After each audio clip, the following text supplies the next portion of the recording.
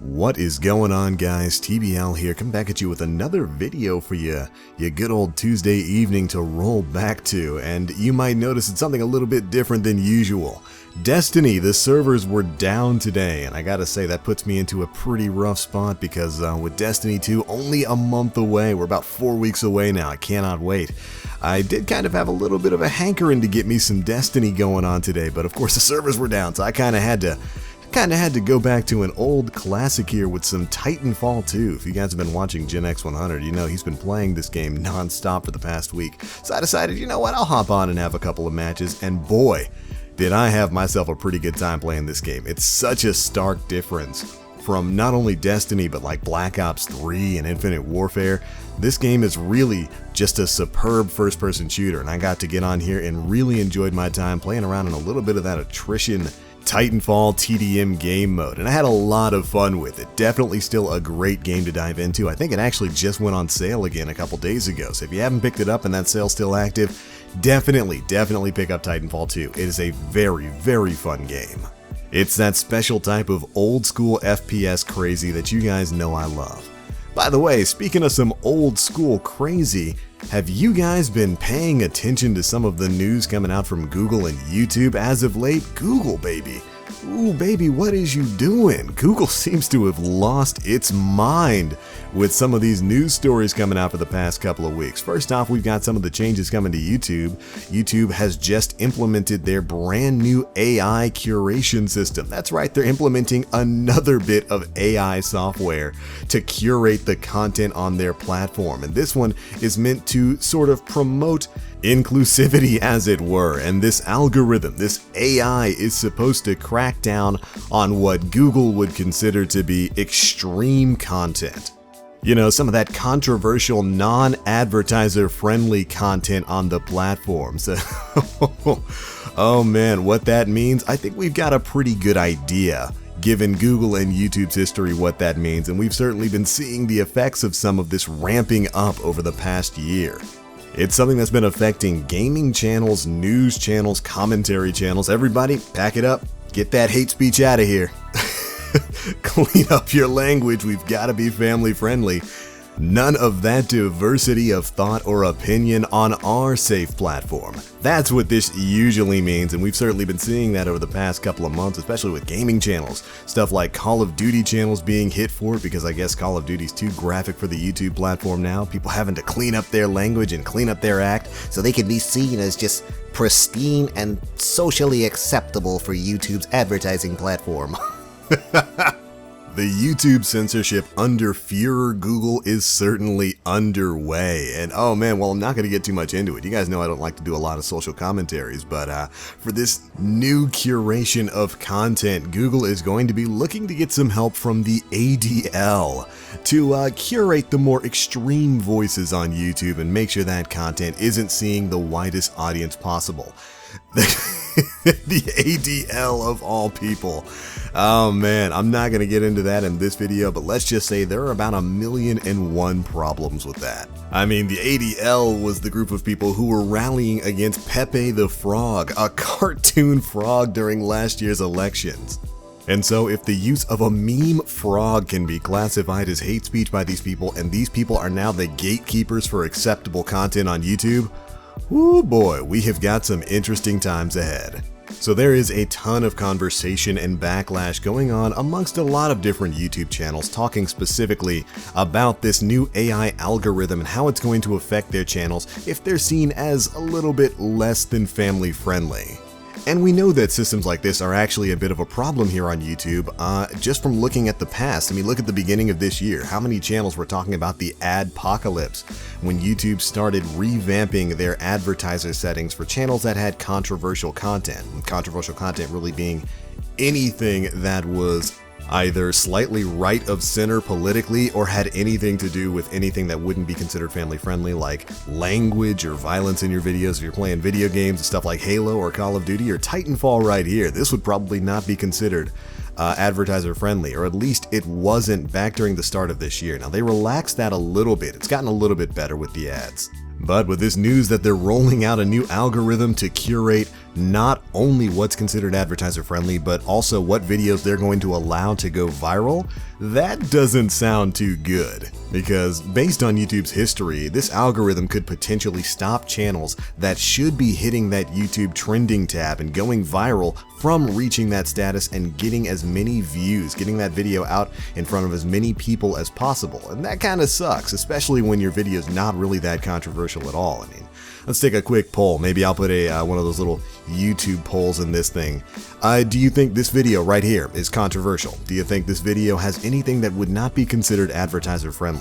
Well, it'd be interesting to see what the results of that are, but really almost no videos on YouTube would be considered not advertiser friendly outside of, you know, the crazy stuff like the stuff that actually does need to be addressed by actual human beings at YouTube, not an algorithm, but stuff like the crazy ISIS training videos that have popped up on the platform. But a little bit of a gameplay of Titanfall, I'm pretty sure there's plenty of video game advertisers who would love to put ads in front of videos like this. And the same could really be said for some of the other more conservative outlets on YouTube. Plenty of those channels always get hit in these YouTube content curation efforts. It happens every single time. I mean, come on, how many Sargon of Akkad videos do you see at the top of the YouTube trending section? Right? Basically none. Although you really shouldn't pay attention to the YouTube trending section. That thing is so bought and paid for. When you go on there and it's like, here's today's viral videos, and it's like some Miley Cyrus music video with 15,000 views. Like, right, YouTube, that's totally legitimate. That company didn't pay for that video to sit in that spot. So I don't even really visit the YouTube trending tab anymore. It's so corporate, it's so bought and paid for. I thought when they announced it was going to be a really neat way for smaller channels who are starting to get a little bit of views, maybe a viral light video picking up, getting pushed to the front page of YouTube with the trending tab, but nah, nobody got time for that, right? But yeah, you'll see a lot of conservative voices on YouTube, and they've certainly been in the news for these past couple of weeks, talking about how they specifically get targeted every time YouTube makes a change like this. And I mean, it's no real surprise that, politically speaking, YouTube and the larger entity of Google itself are very left-leaning.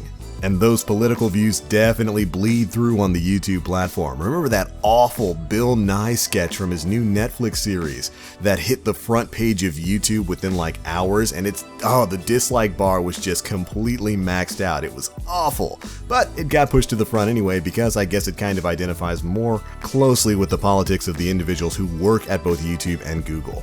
But that might actually be getting them into some trouble because Google, baby, what is you doing? If you guys have paid attention to some of the news over the past couple of days, you'll know that Google might be in a little bit of hot water.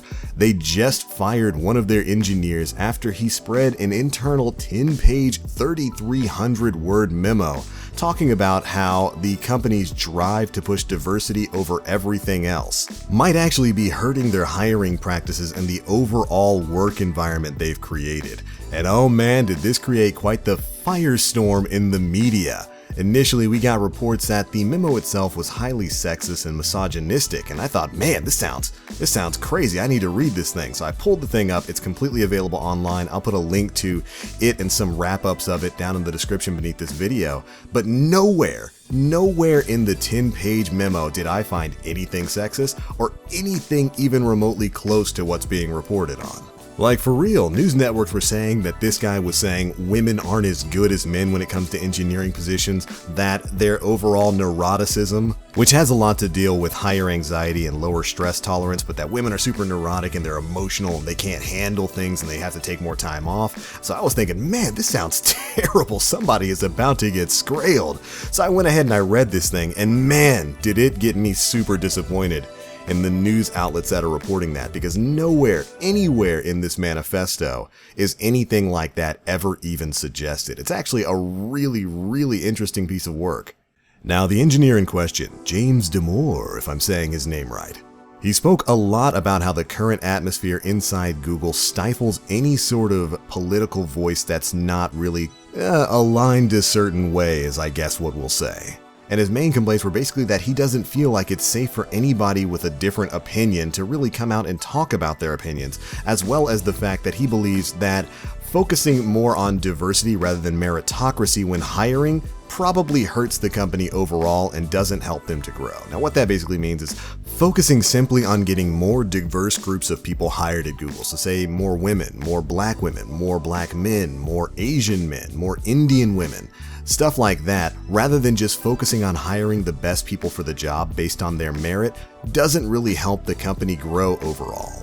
And that what he's seeing overall in the recruitment practices at Google is hiring based on moral equity. Almost like hitting a diversity quota rather than simply hiring the best people for the job. And that really was kind of the gist for a lot of his argument. Again, he goes into some crazy detail throughout this 10-page paper about Google's hiring practices, studies, and the overall effect that it's been having on the just internal work environment there at Google. I'm not going to go through all of that here, but I'll say I went through it and I actually found it to be fairly well reasoned. I didn't agree with pretty much everything that he was saying, but I thought he made a lot of really good points, and nowhere in there did he say anything even remotely controversial. So again, I was super surprised when I read these news stories and they were just saying such awful things about this guy, and I figured, man, he must have just gone in there and written his own version of Mein Kampf. Oh wait, I just mentioned a Nazi book. Well, there goes the advertising for this video. But anyway, I figured he'd written something like that, and it was just nowhere near the case. But as you would expect, he got railed on by a lot of people who worked in Google, and we just got word today, the news stories are out, saying that he was actually fired for the posting that he made. And that might not have been such a good idea because, one, it kind of proves his point. He was saying, hey, diversity of opinion, diversity of thought really isn't allowed in Google right now, and I think that's a really bad thing. It's really hurting our company. And they respond by saying, you don't believe like we do, you're fired. Oh, and also dragging his name through the mud, slandering him, and then somebody inside Google leaking this manifesto out to news agencies so that they can do the same thing. I mean, if you guys didn't think that that would prove his point down to a T, you might have misfired on this one, Google. So at least in my eyes, he's a little bit vindicated there, since he kind of did prove that the atmosphere inside Google right now is not very friendly to anybody who challenges their way of thinking. But firing him might have been a mistake because Google might have technically broken the law when they did so. Federal labor laws bar even non-union employers like Google from punishing an employee for communicating with his fellow employees about improving working conditions, and I think it could definitely be argued that that's what he was attempting to do there. So words come out that he might be starting up a lawsuit against Google, and things could get very, very interesting very, very quickly. So why am I talking about this? I'm not a political commentator. Well, it's because we've seen this very same sort of tactic happen here on YouTube, with a massive push to silence or demonetize channels on YouTube that Google might not want on their platform. And I think we've seen certainly over the past year that that definitely extends to just simple gaming channels like mine. So when we get a little bit of that back behind the scenes action, that inside baseball, a look behind the Wizards curtain over there at Google, we can kind of understand psychologically why some of these changes are being made on YouTube, and it might just be something as simple as Google's an echo chamber. And that drive to silence anything they don't like, well, it never ends well. Remember, there's only ever room for one opinion in an echo chamber. That's why it's so important to get out of them. And hopefully Google and YouTube can learn that before they destroy their platform and send everybody somewhere else. Alright guys, it's going to be it for this one. Thanks so much for listening to me ramble about things I don't usually talk about. Be sure to let me know what you guys think down in the comment section below. How do you feel about the whole changes coming to YouTube, the AI algorithm, the censorship, and of course the bigger issues going on at Google? Be sure to let me know. But that's it for me. As always, I am the Black Link. You Guardians, stay frosty.